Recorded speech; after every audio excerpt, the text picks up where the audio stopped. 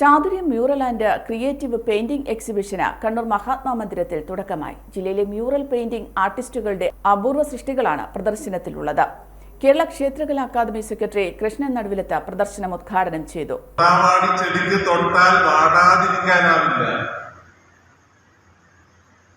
തിരമാലകൾക്കിടയിൽപ്പെട്ടൊരു ഇങ്ങനെ പാറക്കല്ലുകളിൽ പൊട്ടിച്ചിതറാതിരിക്കാൻ തിരമാലകൾക്കാവും.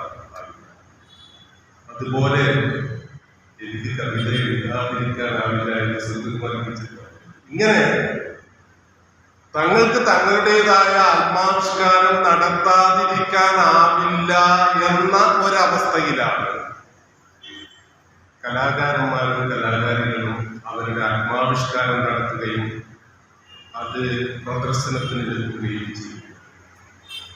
ചിത്രം എന്ന് പറയുന്നത് യഥാർത്ഥത്തിൽ ദൈവത്തിന് ഏറ്റവും ഇഷ്ടപ്പെട്ടത്.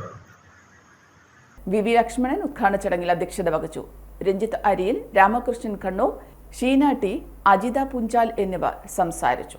പുതുതായി തുറന്നു പ്രവർത്തനം ആരംഭിച്ച new China Bazar and gift centre Eripuram junction, Taliparamba.